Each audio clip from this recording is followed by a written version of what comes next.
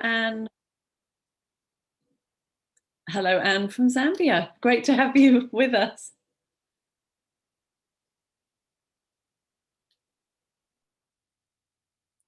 I can see some familiar names there, family and friends, and some family who are also friends. So that's nice. So hello to you. That's good.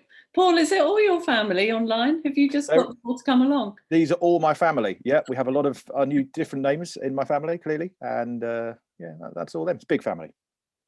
Part of the global family. Absolutely.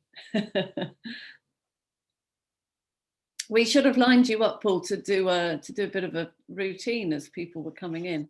It's too early for that. Absolutely. It's I've got my coffee though, and yes, absolutely.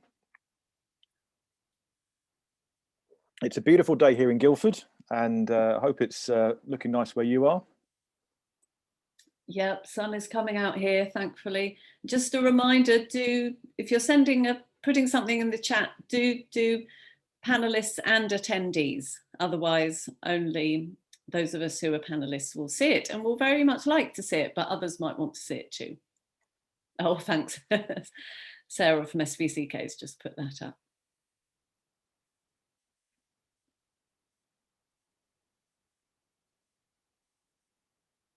Right, good morning, everybody. Now, we can't hear you, so I'm hoping that you said good morning, but I'm sure it wasn't loud enough. So should we just try that again? Good morning, everybody. Oh, that was so much better. Whoa, okay, not so loud, you blew my socks off. Morning, we're so excited. Thank you so much for being here this morning for the book launch of the wonderful new book, Planet Protector. You can see that Ruth's got her copy. She's got 2 copies actually, and Paul loves it so much that he's actually framed his copy. Unfortunately, he can't read it now because it's in a frame, but never mind, it looks really nice. He'll put that on his kitchen wall. And we hope that you guys, if you haven't got your copy yet, you must get one. If you've got one, why don't you hold it up and give it a wave? Woo! Oh, brilliant, brilliant, brilliant. Now, my name is Joanna, and I'm going to be with you this morning. Now, if you're a small-ish person, sort of, about this high, you might have seen me on CBeebies, or if you've got small people in your house. But this morning, I am here with you, and I'm joined by authors of Planet Protectors, Ruth and Paul. Good morning, Ruth and Paul. Good morning. How are you both? Good morning. Now, doing well. It's sunny here. It's sunny. Paul, you revealed already that you're in Guildford. Yes, indeed. Lovely, sunny Surrey. Yeah. Sunny Surrey. And Ruth, whereabouts in the world are you? I'm down in the south in Chichester. Oh, you're in Chichester. Is it sunny in Chichester or is it chilly in Chichester? No, it is. The sun has actually come out, which is lovely. Yes, that really is nice so good. It's good to hear. A happy sunny Saturday. And we can already see Ruth was already reading off some of the places that you guys are from. If you haven't told us where you're from or who you are, pop in the chat where you're watching from. We'd love to hear from you. We're going to do some, let's see, who did we have? Have you got any other shout outs that we've got there? Ruth or Paul, anything interesting that we saw in the chat, anywhere people are watching from? I see we've got sunny Cornwall as well. So hello to Cornwall. Ooh, very nice. I know Ruth's been down there lately as well for exciting reasons. And West Midlands as well. I don't know if it's sunny in the West Midlands, but hello to you as well. Yeah. And something, Steph in Derby we've got. And we've got Durham. So we're all around the country. Bognor as well, and others from Chichester. Great to see you. Exeter, Cheltenham, Bradford. West Sussex, Ash. We are all over this morning. So it's good. It's really good to have you all with us. And Alice and Josiah and Lincoln as well. Good morning to you. We've also got, I think we've got here with us, France. Bonjour. Oh, ça va? Oh, oui, ça va bien. That's all I've got for you. And somebody else in sunny South London. Yeah, that's where I am, sunny South London.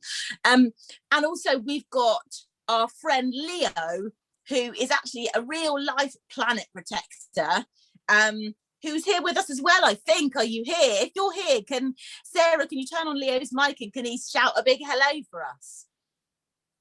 If you're here. Oh, somebody from Sunny Staines. Hello. Hi. Ah, hello.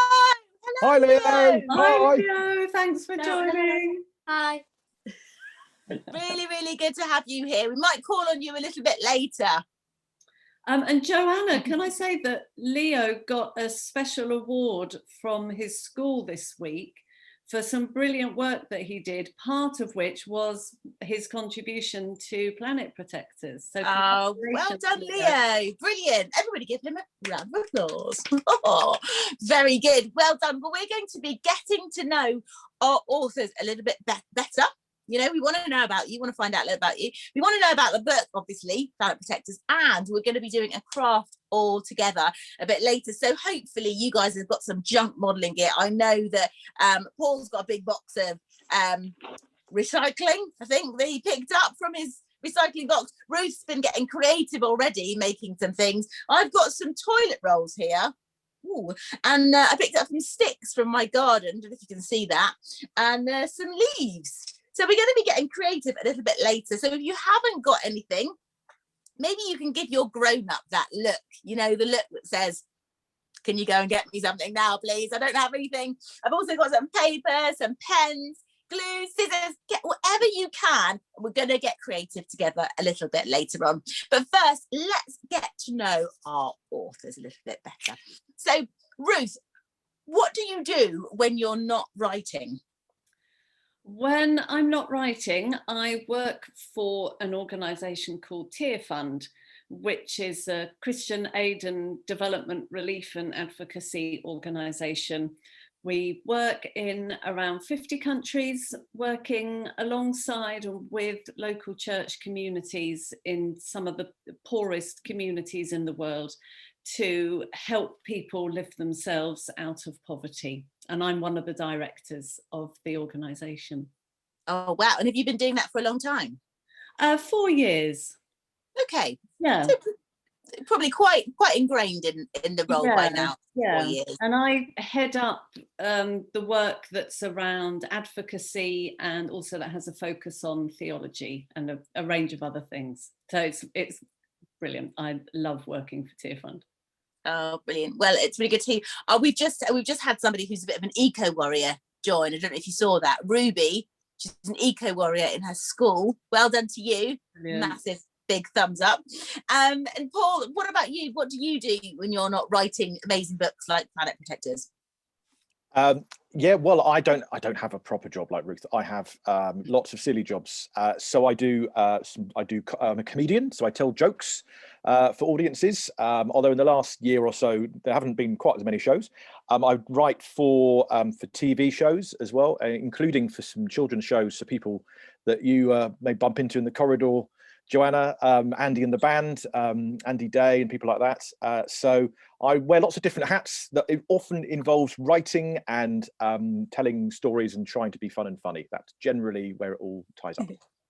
And so I don't know about you, everybody who was is on this Zoom, and Ruth, you included, when Paul said he tells jokes, did anyone think, tell us a joke, please tell us a joke? Now you've had a whole year of not being able to tell many. You must have a whole stash of jokes up your sleeve. Please hit us with your best.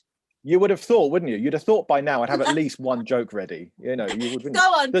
But the trouble is, I'll tell you this: lots of jokes don't work anymore in the last year. Lots of other things have changed. But you know, the old standards: knock, knock. Who's there? There's no one here. We've left your delivery on the bin lid. We've done a runner down the street. You see, even jokes like that. Why did the chicken cross the road? Social distancing. You know. We're getting a whole new range of jokes from all this. You've got to try. And, I like it. Keep them coming. Now, you guys have been writing this book, but you've not written it individually. You've written it together. Tell us how that worked. How did you know each other before? How did this all come about? Yeah, so Paul and I didn't know each other brilliantly, but we've met at different conferences and things that we've both been doing things at. And for me, for quite a number of years, people have said to me off and on that I ought to write a children's book. I wrote a book called L is for Lifestyle that's very practical, goes through the alphabet and very short chapters. And lots of people had said, oh, something like that would make a great children's book. And I'd always sort of thought, yeah, okay, probably, but I don't know, somehow it just never felt right. And then when we were in the first lockdown, And for a brief period of time, found myself with more time on my hands than I normally would. It didn't last long. I thought it came back into my mind, and I thought, right, come on, let's actually do it. But I know that my skills aren't in children's writing, so I thought I need someone brilliant and funny who can work with me to take my material and work on it and do this. And so I thought of Paul and contacted him, and thankfully he said yes, and so it went from there. Well, so Ruth got in touch with me and said, Paul, do you know anybody who's funny and works well with children? I did not. No, thankfully that's not true. No, and it was great to hear from Ruth in the first lockdown, and we started from there. And I have fond memories of both of our houses full of, we had different children at homeschool tables across the room, and across. I had to move rooms at times because I go, well, PE's just starting in here, but RE's starting in that room, and it was quite a time of it. But we spent our time working on this. That's really exciting. That something like this could have been birthed out of lockdown. We couldn't go anywhere, but amazing things that we can do. So that's absolutely brilliant. And have you both written any books before this, or was this the first book that you've written? Paul, go on. Well, so I've done a few different books. I've done some children's books before, also with SPCK, whose logo you can see, depending on where I'm on the screen, somewhere like that. So I've done some children's books. So the first one I did was called Noah's Car Park Ark, and it was aimed at younger children, probably 3-year-olds to 7-year-olds. And we did a few books in that series, lots of rhyming Bible stories. And I really enjoyed just... it was the first time, I'd done some things for TV and radio for children, but it was lovely to write something that, and then also hear back from people afterwards to say that they had learned something new about this Bible story that they hadn't really known before. So that was a really, really nice experience, I thought. So that was for maybe slightly younger children. When Ruth got in touch about writing Planet Protectors with her, I thought this would be a really great chance, because also my children were growing up. So when I was writing those other books, they were very young and toddlers, and now they're 8 and 10. And we were working out what brilliant ideas we should be including to help save the world. And my children were able to join in as well, and that was great. There's things, and what's lovely as well, what I really love is that it's becoming just normal for the children. When I grew up, it was a different subject matter to be thinking about the world and green issues. And now my children are just knowing these things through school. They're living the life, and we all need to get a bit better at it. And hopefully a book like this can help. But my children were really great and involved and enthused and excited, as indeed I know lots of people watching here today are. Yeah, I'm already seeing a few more people telling us about what they're doing. So we've got, let's see, who just said, Lily said that she's actually doing the Blue Peter Green Badge Climate Heroes Challenge. Well done, that's incredible. I know that must be really, really, really, really hard to do, because you've really got to make some changes, haven't you? And then we've also got Zoe and Erin, who are starting to eat meat-free Mondays at their school because they wrote a letter to their head teacher. That's very impressive. And very good. Rachel, who's a planet protector at home. So loads of you are getting involved already, which is good. And Alice as well. She says, so am I. And I can see Holly and Isla as well, who's saying their school has an eco warden. Holly and Isla are two other planet protectors who are in the book. Oh, Holly and Isla are here. Good morning, Holly and Isla. Hello, Holly and Isla. Our real life planet protectors. Good to have you here. And what about you, Ruth? Have you written any other books, or is this your first book? Yeah, no, I have. Just to say, I'm loving the things you're putting in the chat. Thank you, Ruby and Charlie and others of you. Do keep doing that. Let us know what you're already doing, as well as what you'd like to be doing and what you hope other tips you might learn from the book. So I've written quite a few books, some on the Bible and some on issues around global poverty and our environmental crisis, really aimed at helping people who follow Jesus to understand where caring for people and caring for this world is part of the Christian faith, and then to give practical ideas as to how people and churches can be involved with that. So I've written some books that are really practical. I've written some that are a bit more deeper and sort of theological and biblically based. I wrote the Archbishop of Canterbury's Lent book last year, which was a real privilege to do. And I wrote a little book around COVID, justice and the environment as well, looking at what COVID is raising and showing us around the challenges of poverty, both in the UK and around the world, and also how it shows that our relationship with the wider natural world is broken. So a whole range of different books around these sorts of themes. But Planet Protectors, I think possibly is the one that I'm most excited about, because I'm just loving the thought of being able to help and inspire a whole generation of young people, and hopefully, possibly their parents. So getting to the whole family and schools and churches and grandparents, I'm excited about this. So let's talk about Planet Protectors. Now, what was it that, the initial seed, you've talked about what you hope that it will do, but what was it that initially inspired you to want to write it, other than knowing you wanted to write something for children? But what brought those two things together? I think really recognizing that, well, if we're going to go any way to solve the huge problems that we're facing, it needs all of us together to be working together. So I guess a lot of my focus has been on grown-ups. But as Paul was saying, what has been so encouraging has been seeing younger people and children really understanding the issues, and often being the ones who are pushing their family and their churches and their schools. So wanted to do something that would give children lots of ideas, lots of advice, bit of information so that they understood the things too, but also help them understand it from a Christian perspective too. So sometimes I know, so I've got two girls, they're older now, they're 21 and nearly 18. So a lot older, and you've grown up with them and with helping them to think about these issues.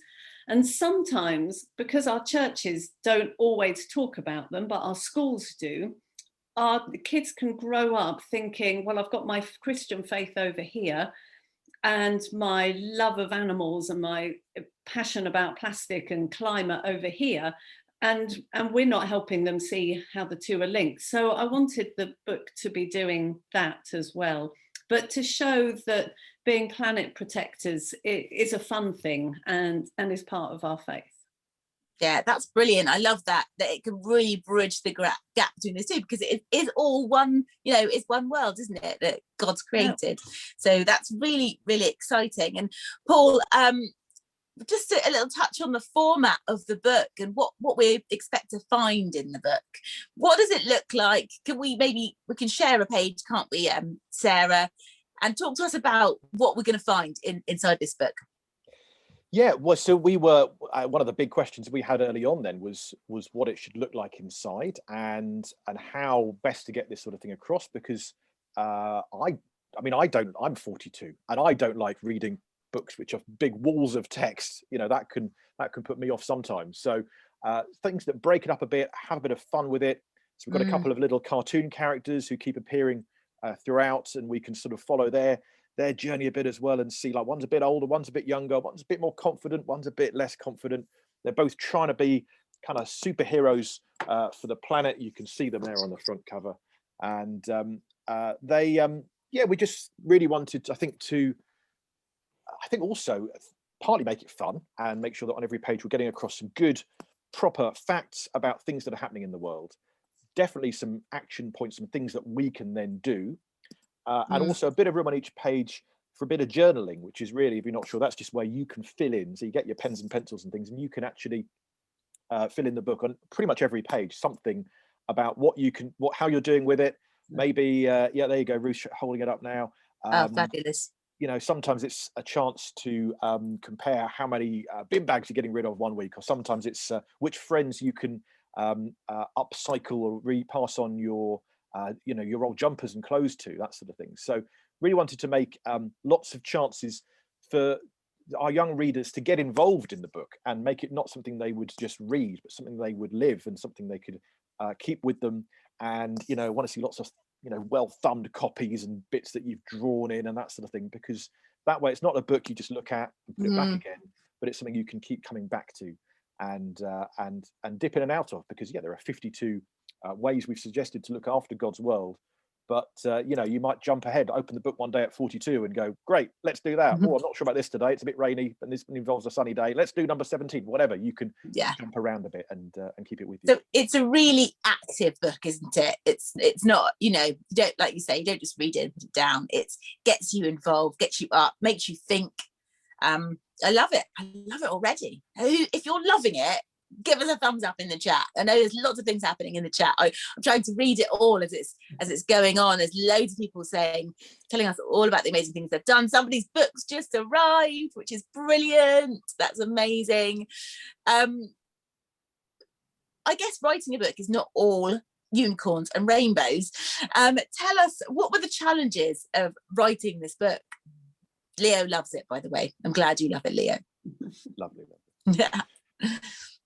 I think for me, the challenges were around taking such huge issues that when you look into are really complex, and putting them into something very short, very snappy, and doing that whilst doing the issues justice. So I'm always aware of how complicated things are, and everything's nuanced, and I'm always nervous about making statements that are too simplistic, and so we had to work hard at that, at just capturing the essence of each thing, but in a way that did it justice.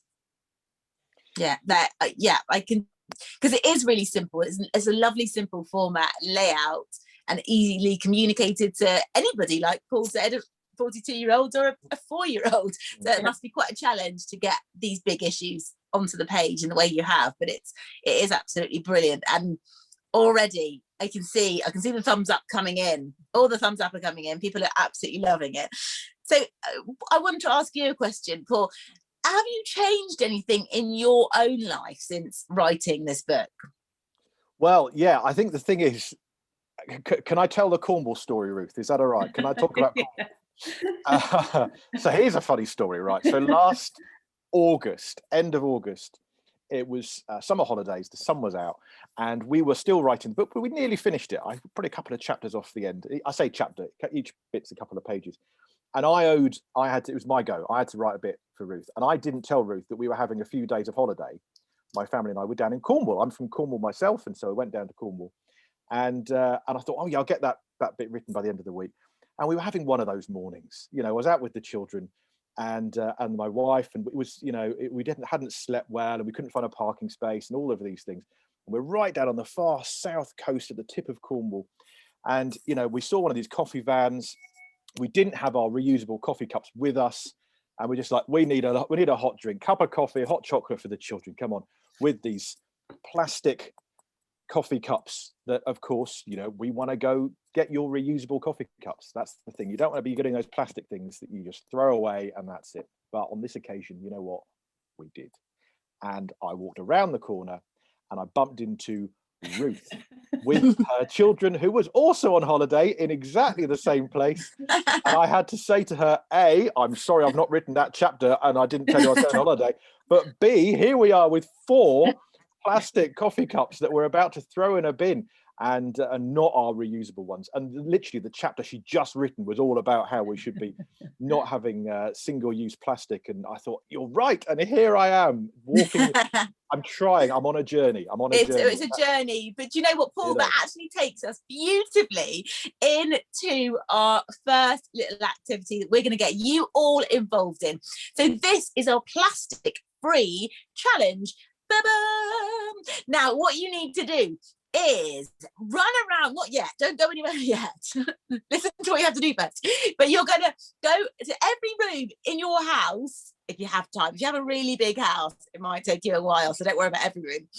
But go to each room, and I want you to see if you can find a room that doesn't have any plastic in it, okay? So you have to look around, see what's there. If you see something with plastic, move to the next room. See if you can find a room with no plastic, and then come back, and we're going to ask you to put your results into a poll. Yes, I did. No, I didn't. Or almost. Maybe you found a room with just 1 or 2 bits of plastic in. So off you go. We're going to give you, I think 2 minutes. Go, go, go, go, go. I'm going to go as well. You're going to go, oh, bye. Anyone who's still here, you can feel free to put in the chat, and I'll stay. I won't abandon you. But if you're all off, that's good. Go hunting. Go plastic hunting. Do, do, do, do, do, do.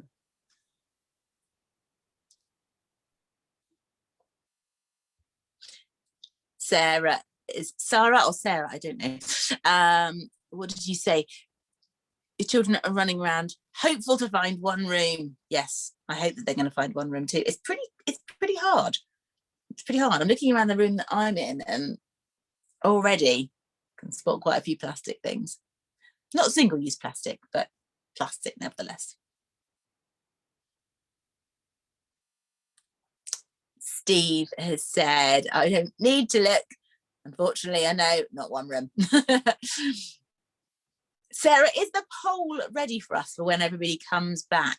Not sure quite how, I don't know how the poll works, to be honest. We're going to give it a go. It is ready to go as soon as you want it to. Just shout. Perfect. Should we put it up now as people come back, they can fill in. So if you're back already, Ruth and Paul are back. Do write in the poll or select your answer. Yes, no, or almost. So did you find a plastic-free room? Yes, no, or almost. I'm going to click almost. Remember, if you're commenting, to comment to panelists and attendees, if you want everyone to see your comment. Oh yes, I can see messages just to us from Steve. Hello, Steve. I know Steve. I don't look. Unfortunately, I know not one room. Oh. Not one room. Not one room. Beautiful. How's everyone else doing? Have we got anyone else back yet? So I'm excited. We've had 26 to 31 votes come through. Oh, okay. So a few more people. Yes, somebody said yes. Now I'm intrigued. Is this yes, I did find a plastic-free room? Or yes, they're back. Or just yes, you're here. Sharon, tell us. No, we did not. Okay. Oh, you had me all excited there for a second. You had me all excited. I found a plastic-free room looking at the poll. Someone has? Yeah. Oh, we might have to unmute that person's mic and get us to tell us about it. So I kept thinking that I thought I'd nearly had, and I thought, yes, this room. And then, of course, you turn around and go, oh, apart from all of those bottles over there or whatever. Yeah, exactly. Well, I was about to kind of cheat and say my garden is a little bit like an extra room in my house. So I looked out into the garden, which I can see from here. And I was like, oh, and then I looked at the slide. And that's of course plastic. No. So I put almost, and it's not really a room, is it? Let's face it. I was clutching at straws, people, clutching. You want to get one of those paper slides. They're great until it rains. The paper slides. Yeah, I'm not sure how well we could slide on that. Somebody got excited. Joanne got excited, thought you'd found one, but then you spotted the bottom of the blind was plastic. It's really, really hard, Sue said. Plastic spray bottles with water, vinegar, yes, they're everywhere. Heather, loo brush, plastic loo brush. We've got one from Nikki. Yeah, what's Nikki saying? She has found a plastic-free room, which is seriously impressive. Nikki, can we get Nikki? Oh, can we turn on Nikki's mic? Can you tell us about it? Tell us about the room. 1 sec. Neil almost found. Nikki. Found Okay, plastic. there. Impressive too. So, Nikki, do you want to tell us about your plastic-free room that you found? Hello, can you hear me? We Yeah. can. Go Oh, ahead. brilliant. Yes, we found the bathroom, didn't we, upstairs? So we switched to shampoo bars and conditioners. So there was no plastic there. Then we've got toothpaste tabs, so no plastic there. We have bamboo toothbrushes. So I don't know if you can count the bristles on the toothbrushes, but We're going to let you off the bristles. will you let us off? And then we clean with bicarb and vinegar and citric acid, so there was no plastic there. So I think the bathroom was the only place we found. That is very, very impressive. Well done. Way. Hey. Very good. The results of our poll. Let's just, Sarah, how do they look? How do the results look? 1 moment, and I will share them with you. There you go. Should be able to see them now.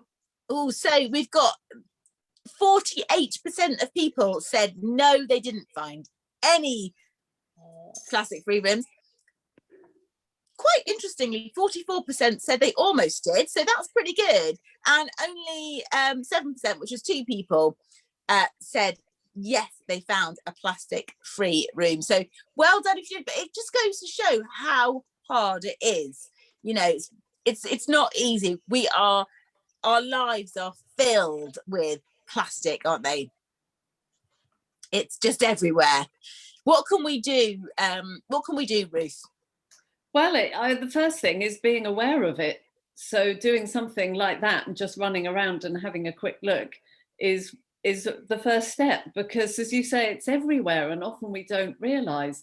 I nearly had a room, my sitting room actually isn't too bad, and then I realised in the long term we've got UPVC, whatever it's called, double glazing, and I reckon our curtain rails, again from a long time ago, are probably plastic, and the light switches, as people have said, you just realise that it's everywhere. So opening our eyes and seeing what's there is a really good first step. And then to begin thinking, okay, what are some of the things that I can change? So I probably can't change my light sockets and my light fixtures, but I can change how I clean, and I can change my shampoo and soap. I can make a decision to stop using liquid hand soap and to buy a bar instead, and of course a bar not wrapped in plastic, because that's what happens. So it's then just starting to think, all right, what are the first things that I can do then to swap some things to plastic, non-plastic alternatives? That's great. So it's just about making small changes sometimes. And one of the things that we can make a change with, loads of us love to craft and to do junk modeling, but sometimes we fall into a trap of using things that actually, once we've used it and we put loads of glitter and sellotape and glue on it, we actually can't recycle it. So we're actually going to get crafty together right now. So hopefully you guys have got some bits. And this is actually from a part of the book, well, 2 parts of the book that we've kind of smushed together. The part where we are asked to make a picture of Noah's Ark and the junk modelling bit. So we're kind of using 2 bits of the book. Paul, do you want to talk to us about where that comes in the book? Yeah, so junk modelling is something we love doing in our house, and partly it's because it's a nicer way of using things that we've used before, and cereal boxes and yogurt pots and things like that, instead of throwing it away and recycling it, which is one thing. It's better than throwing it away in refuse, of course, and landfill. If you can recycle it, it's one thing, but to reuse it, upcycle it, and have some fun with it has always been a great thing that we've loved doing here. But I think particularly, and I think this is something that I really enjoyed about the book, is rather than thinking a bit like negatively, like let's not do this, let's try and not do that, which of course there's always going to be parts of that when it comes to saving the planet. But I think that for some people it can feel a little bit doom and gloom, but actually there are ways you can put fun at the heart of it. And my kids have loved, rather than having a plastic toy that they bought from a shop, but making their own theatre, for example, and then making their own puppets and making a castle then to go with it. And before you know it, this cardboard box that came from Amazon has become a little mini city that's lasted for weeks, and so that's been great. So that's the one part of it, the junk modelling part. Yeah, If you've amazing. got your book, junk modelling is tip number 49. Tip number 49, if you want to go and check it out. Now, while we're doing this, and you can join along with me, I'm actually going to make a picture using my natural materials that I found in my garden and around the house. I'm going to make a picture of Noah's Ark, but you don't have to do that. You can do anything you want. You can get creative. But while we're doing this, we'd love, if you've got any questions for our authors, please do put them in the chat and we'll pick those up as we go along. Also, when you've made your pictures, we really, really would love to see them. So if you take a picture, you can put it on social media and use the hashtag Planet Protectors. But if you're drawing along with me, I'm going to start by drawing the shape of my ark.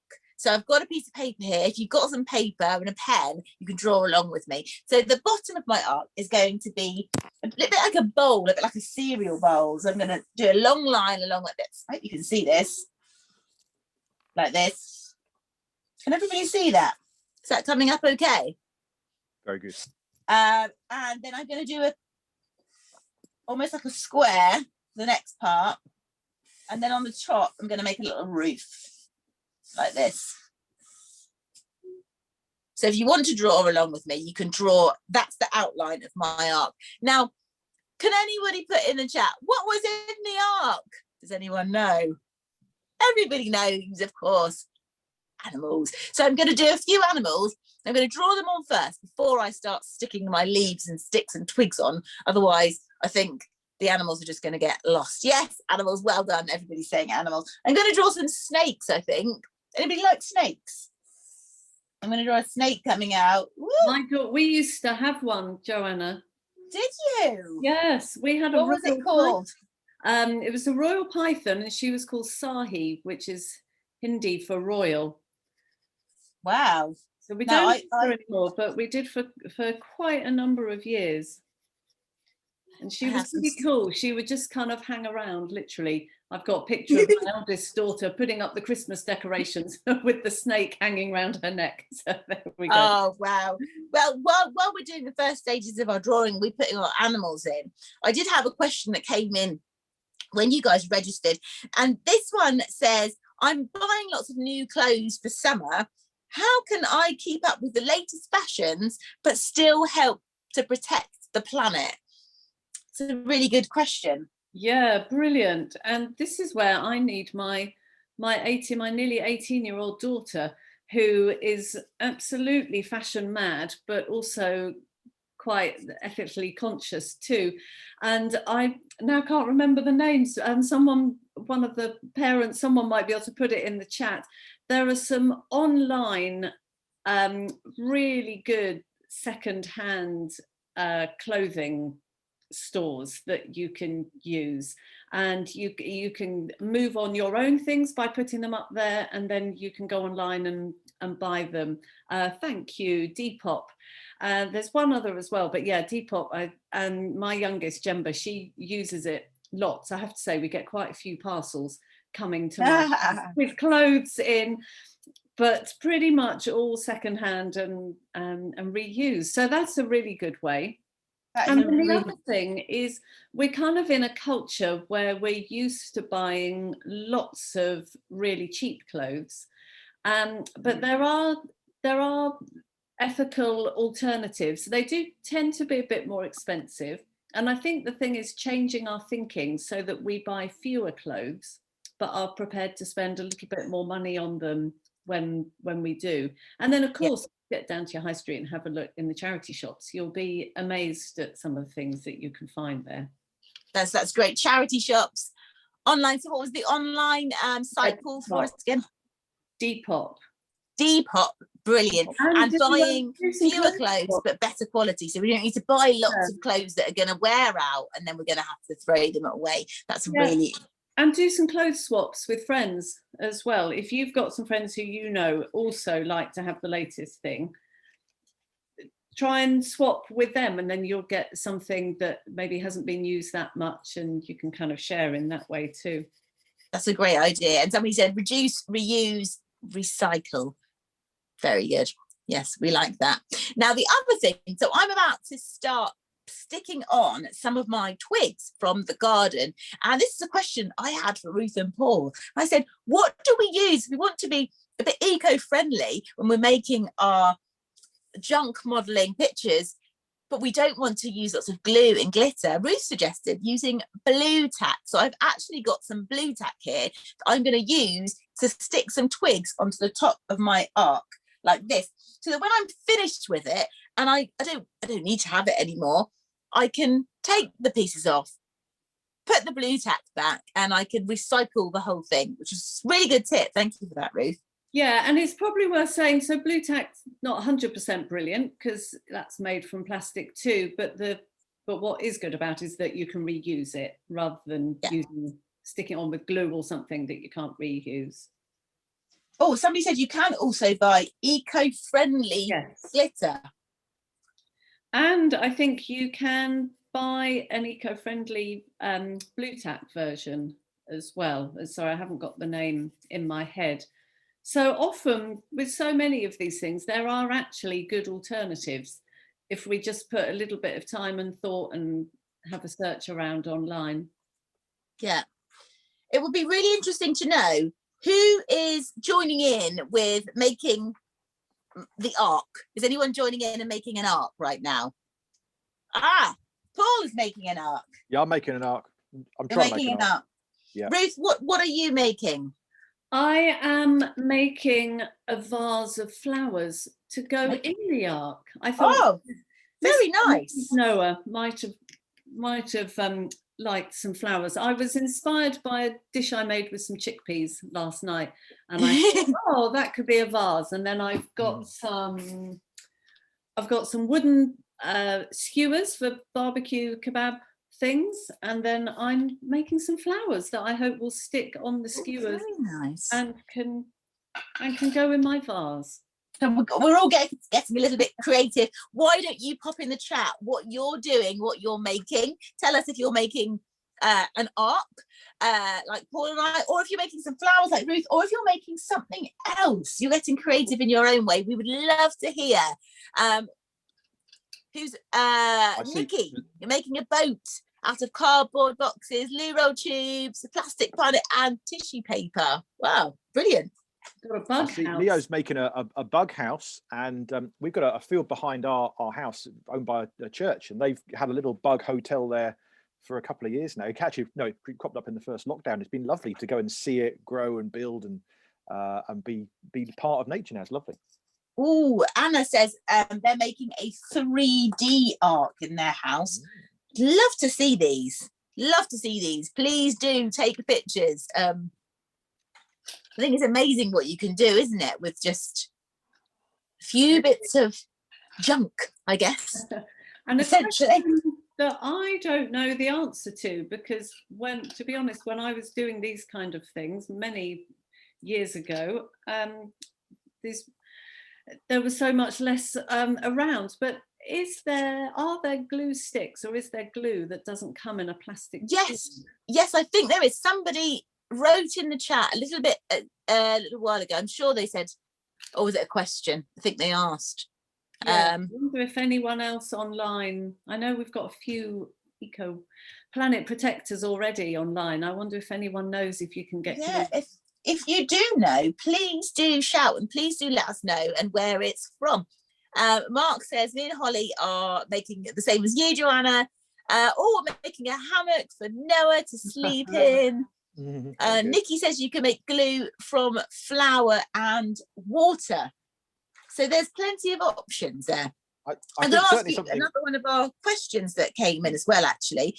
This one says, I don't live near the beach, so it's tricky for me to go beach combing. So how else can I help protect the oceans? Paul, do you want to say anything about that? Well, one thing I will say is that it struck me. We're about an hour and a bit from the beach, hour and a half from the beach. So it's not. We don't go more than a couple of times a year, maybe. But we have got quite a few big ponds and lakes near us here. And one of the chapters of the book that Ruth came up with that I was particularly struck by was about loving the water near us as well. And of course, we all love a trip to the sea. If we're not that near the sea, then part of that whole water cycle are the lakes and ponds and rivers and canals and things near us. And there's a lovely story that Ruth has put into the book about in India, where they have special names for the river, and it's about what it sounds like, and it's sounds like the conch and sounds like the wind and things like that. And by naming your water where you are, your public water, it just makes you care for it a bit better. And it's reminded me of a few little waterways we've got near us, and just a bit of a pond over there, and a bit of a kind of forgotten offshoot of a river that's just a bit unloved, I think. And sometimes we just need to sort of name them and kind of own them, and remember that they're on our doorsteps. Yeah. So it's all our waterways, and Sarah has said comb your rivers nearby, so we can be taking care of whatever water is near us. But also thinking about the plastic that we use, back to plastic again, and we might be littering the seas and the oceans, not by when we go and have a picnic and leave all our litter and don't take it home with us, because I'm sure all of us make sure that we do, but we might just by mistake be putting stuff into the seas if we're flushing things down the toilet, or things get into the seas through all sorts of different ways. One of the big problems at the moment is disposable masks, and those not being disposed of properly and being blown into rivers, which then get down into the oceans. My daughter's in Cornwall, and I went to see her last summer, and we went down to Land's End, so the most southerly, farthest away tip in England. And there's a bit, you get to a point and then there's a fence and you can look over, and there you are at Land's End. And it was absolutely beautiful, gorgeous day, stunning. And I stood at the tip, at the point, looked over the fence, and what was the first thing I saw? It was a disposable mask. And I just thought, oh, that's they're so everywhere, aren't they? So, and there's other things too. So making sure we don't flush things down the toilet, because that can, thinking about making sure we dispose of things properly so it doesn't end up in the oceans. I like that. Talking of toilets, Ruth, I've got a toilet roll here for anybody who wants to do a little bit of junk modelling at home. This is another good way to reuse a toilet roll. I've cut it down one side like this, opened it up, and then I've just cut it into strips to make this part of my arc, and that's what I've stuck on there. If you've got a toilet roll hanging around, just thought I'd use that link there for you, for everybody. Another question for you. Let's see, what else do we have? What was sent in? Oh, what do you like the most about the book, Planet Protectors? What do you like the most about it? What's your favourite part? Oh gosh, I don't think I've got a favourite part. What I think I like about it the most is that it covers so many different things. So there's lots of stuff around the individual kind of tips that we can share. So great things about the glue sticks and different individual things like that we've got coming up in the chat. So lots of those individual things that we can do, but then also looking at some of the bigger things that we can do around campaigning or getting our schools or our churches involved. Paul might want to talk about this. I know he likes the getting outdoors side to it as well. So I like the fact that that hopefully it covers a whole range of different things and takes a range of different approaches. So you mentioned there that schools and churches can get involved. Paul, do you want to tell us about that? How can we get involved with our schools or with our church groups? Yeah, I think it's something that I think excited me particularly about the book was that what started off, I think it's very easy when you start off to think, right, 52 ways to, there we go, 52 ways to look after God's world. And the automatic thing you do when you start thinking we better start with a book, you've got a blank pages of book. What are you going to put in there? And you start to think of a list of things we could do.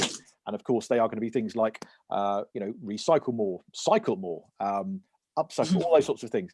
But then what you do, here's what happens, and you try and do a bit like this, is you run out of ideas, right? You get about halfway through that list and you start to run out of ideas. And then you start thinking a bit differently. And that, I think, is what is often quite an exciting thing. And I find when I'm writing other things as well, that's the moment a different part of the brain kicks in. And what's lovely then is you get those new ways of looking at things, and you get things about, Ruth wrote a lovely chapter in there about just going outside and lying down and looking up and appreciating the sky and the trees and listening, really properly listening, and listening for bird song and listening for the rustle of the trees, and taking some time for yourself as well, and thinking about how we all fit into that. And things like that, I think, can actually help us make an even bigger difference, because then when we are out and about and we, you know, see some litter or see a chance to buy something that may not be good for the world, you just start to feel a bit more connected with it, I think, and you start to realize that actually we're all part of this giant thing together. So some of those things that change your ways of thinking are great. And then to answer your question in terms of schools and churches, is a lot of these tips, like I said, when you first come up with the list, you think of the things that we can do ourselves on our own, or maybe with our families. But then you think about, you know, well, I do this okay, but my school doesn't do it so much. I know that my kids' school used to leave the lights on quite a lot at night, and all the computers are going, and a lot of businesses do that as well. And, you know, it's a waste of energy, really. We do it at home, we turn things off at home, but our schools maybe aren't so good at that. But what the schools are good at, my kids' school, is they have recycling bins in every room. Whereas in our house, until recently, we had one recycle bin in the kitchen near the door. And if you're upstairs and have some paper or card in one of the kids' rooms, then often it ends up in the bin. I'm often fishing stuff out of the refuse bin because they've just thrown it away because the recycle bin was, you know, a floor away and they had to walk through the house to get there. So maybe borrowing that idea from the schools, we're getting more recycle bins in the kids' bedrooms as well. But also the schools can borrow the idea from us that actually maybe turning off those lights and computers is a good thing. And then the churches as well, you know, are the churches using green energy suppliers, and questions about how long is the heating on all year round because it's such a big building? Well, it's, you know, takes forever to warm up again, you know. And indeed what people are talking about in church. I don't know when those of us here who do go to churches, you know, when was the last time you heard any sort of planet saving, planet protecting issues talked about from the front of church? And if you think never, then maybe, you know, we can actually speak to our church leaders and say, you know, is it time maybe we had a you know, some talk about this from the front? And who better to ask those questions of church leaders than the children within those churches? Yeah. Joanna, can I say one other thing that excites me? Yeah. So although there's a lot around the specifically environmental stuff, there's also weaving all through the book a focus on the impacts that the environmental crisis is having on people who live in poverty, because we know that's one of the really sad things about the environment, is that it's impacting some of the poorest people the most. So there's stuff in there around buying things that are more fairly traded, toilet twinning, you mentioned toilets earlier. So as well as the environmental side, there's also the human side as well that's weaved through. And I love that the book puts both of those things together, because we have to hold those things together. I'm actually junk modeling. This bracelet was made from a community in Nigeria that we're involved with at Tear Fund, and it comes from plastic bottles that have been cut into strips, and then they've gone to some local tailors and they've picked up the scraps that are on the floor, beautiful materials, wound it round the plastic bottle strips, and then they've made bracelets which they sell, and they can then make some money from that. So that's a fantastic way of pulling together the environmental problems and the poverty problems. I think sometimes we forget about that side of the impact, don't we? That's not always at the forefront of our minds. So I'm really glad that you've mentioned that. And I'm really glad that it's in the book as well. Another question that came in, let's have a look what we haven't asked yet. So I love going to the seaside on my summer holidays. What can I do at the beach to protect the planet? I think we've kind of answered that, but there might be something else you want to draw. I noticed as well, Joanne just said here, we're just talking about churches and schools, said we've had at least 5 groups, churches and teachers who've ordered bulk copies, lots of copies of the book, There's details about the bulk orders on the SPCQ website, just in case, churches and schools and things, that hopefully this can be a book that can make a big difference, especially, individually, but also schools and churches can get behind it and do it in a bigger way as well across their classes and groups. And a couple of things with your question, Joanna. One is something that we've already mentioned. So really, obviously, making sure that you take everything home with you, so you don't leave anything, any rubbish, anything on the beach, so you're leaving it clean. And then something that actually isn't in the book, but that is, because we couldn't put everything in there, but is important to think of, is what sunscreen we use. So my eldest daughter, her boyfriend is from Hawaii, and has grown up there snorkeling and scuba diving. That's just part of his life there. And he was telling me about the impact of all the tourists and everyone using regular sunscreen, because it's got all sorts of chemicals in it, and it leaves a film on top of the beautiful beaches where he's grown up. Wow. So he was talking with me about the importance of looking at what sunscreen we use, and it's readily available, but using sunscreen that doesn't have lots of nasty chemicals that are then going to pollute the oceans. That's a really good, I hadn't actually considered that at all, about the impact of, because you only really think about your part in it, and you think, just putting a little bit of sunscreen on, but everybody who's going to the beach every day, we need to use sunscreen, obviously, to protect our skin, but can we make another small change there, it's brilliant, really good. Because that's not in the book, of course, that's one we'll file away for book 2, which will be but the nice thing is, more seriously though, that I'm learning all the time from especially what young people are doing, and so it's so encouraging to see so many people here in the chat putting ideas in things they're doing where they are. And that's the thing, we've just put together some ideas, some hopefully creative ideas, maybe some things you've not thought of before, as well as some things that you may have done in the book, but there are other things that you guys are doing, and that is fantastic. And I've just seen a separate message on the Q&A part from Sarah. Says, what can I say from Samuel, what can I say to my friends who say it doesn't matter the little things we do because the big people of the world don't do anything? And the more of us who are doing those little things, the better, and they all make differences. All of those, the knock-on effect, the butterfly effect they call it, of if you don't put that bit of plastic in, that it can end. The fact you can just see it spreads across the world. A plastic bottle in one country can end up thousands of miles away. Goes to show, I think, that effect that one small action does, that can affect the entire world. It really does. It really does. Sorry, Ruth, what were you going to say? Just that it's a great comment there from Samuel, and is why we've got things in the book around how you can be putting pressure on the big people for the big decisions, as well as taking those little actions for yourself. I'm loving your arc, Joanna. You're so impressive. Oh, thank you. Well, mostly this is literally things from my garden, other than the toilet roll. I didn't keep them there. But how are you getting on with yours, Ruth? How's it looking? I'd love to see it. Very nice. This is my vase of flowers.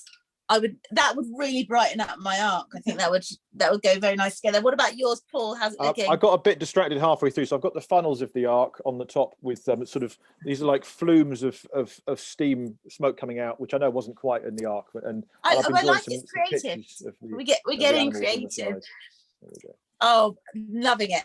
Absolutely loving it. And please do take pictures of your creations. I saw somebody said they're making a spiral out of toilet roll. Thanks, Neil. Neil likes my art. Somebody's put rocks on there. It's a little bit heavy. Don't lift it up. Don't hurt yourself. But please do take a picture of it. And hashtag, like I said, Planet Protectors. Share it on Instagram, Twitter, Facebook. We're going to have a look at those. Sarah's dying. I know Sarah's like on the edge of her seat from SPCK. She wants to see them right now. So make sure you take a picture. But we've only got a few minutes left. It's gone so quickly. I've had such a great time. But before we go, I think really, really important for us all to know, if we don't have a copy of the Planet Protectors book, where can we get one? You can get it from all good bookshops, and probably other bookshops less good too, but primarily from the SPCK website. And thank you, Sarah's just put That's in the chat there. And so do you also want to put up where to send pictures? So I think it's just put them up on your own social media channels, but hashtag Planet Protectors, and then Yeah, we'll see them. You can put them up on any social media channel that you want. We're on Facebook, Twitter and Instagram. And if you hashtag Planet Protectors, we will see them on all of those channels. Brilliant. And I would say, as you get the book, do also, we've kept talking this morning around the importance of getting our churches involved, getting our schools involved. Talk to your churches like Joanna has done, get in a whole load of copies for everyone, all the kids in your church, all of your friends, get your school to be getting this as well, so that we can really take it big and make a big impact. And if it helps, you can tell your church leaders that there is a bulk pricing structure on the SPCK website, so they can get a whole load of them really cheaply and at an extra discount. The more they get, the cheaper they get. And it's great, and as we said earlier as well, with the journaling side of the book, because it is a book I think you should sort of interact with rather than just read and be active with it. And indeed, as are we are myself and Ruth and SPC, we're on Twitter and these sorts of things, so you can let us know as you're reading it, as you're doing it, as you're living it, how you're getting along, and be part of this whole big conversation, because it's not just a one-off thing that we put the book out there and we're done with it. It's an ongoing thing, and we're just so glad there's so many of you out there doing it and trying to make this place a bit of a nicer giant marble to live on. Yeah. Brilliant. Well, thank you so much, Ruth and Paul. It's been so good chatting to you. So good launching this book with you. It's been an absolute privilege to be here with you. And thank you to everyone who's joined us this morning. We've loved that you've been so engaged. We've loved all the comments in the chat. We're just itching. We're just itching to see your junk modelling creations. And Martin said thanks from Vanessa, Isabel, and it's popped off my screen. Somebody else. Vanessa, Isabel. Don't want to miss you out. There you go. And Isabel and Martin. Yes. And thank you as well to our Planet Protectors who are in the chat as well, who've attended, who are in the book. And if you get a copy of the book, you'll see yourselves there. And the stories, the real life stories of what you're doing. So thank you to you. And thank you, Joanna, as well, for being part of this today and making it all possible. Thank you. Yay. Thanks, guys. Thank you. So I think we'll say goodbye. Is that right? I think so. Go off and have a lovely day. The recording, we'll send a link round to the recording in a follow-up email. Thank you everyone for attending, and thank you Ruth, Paul and Joanna for a wonderful morning. Thanks guys. You. Bye. Bye everyone. Thanks for being here. Bye. Bye now. Have a good one. Bye.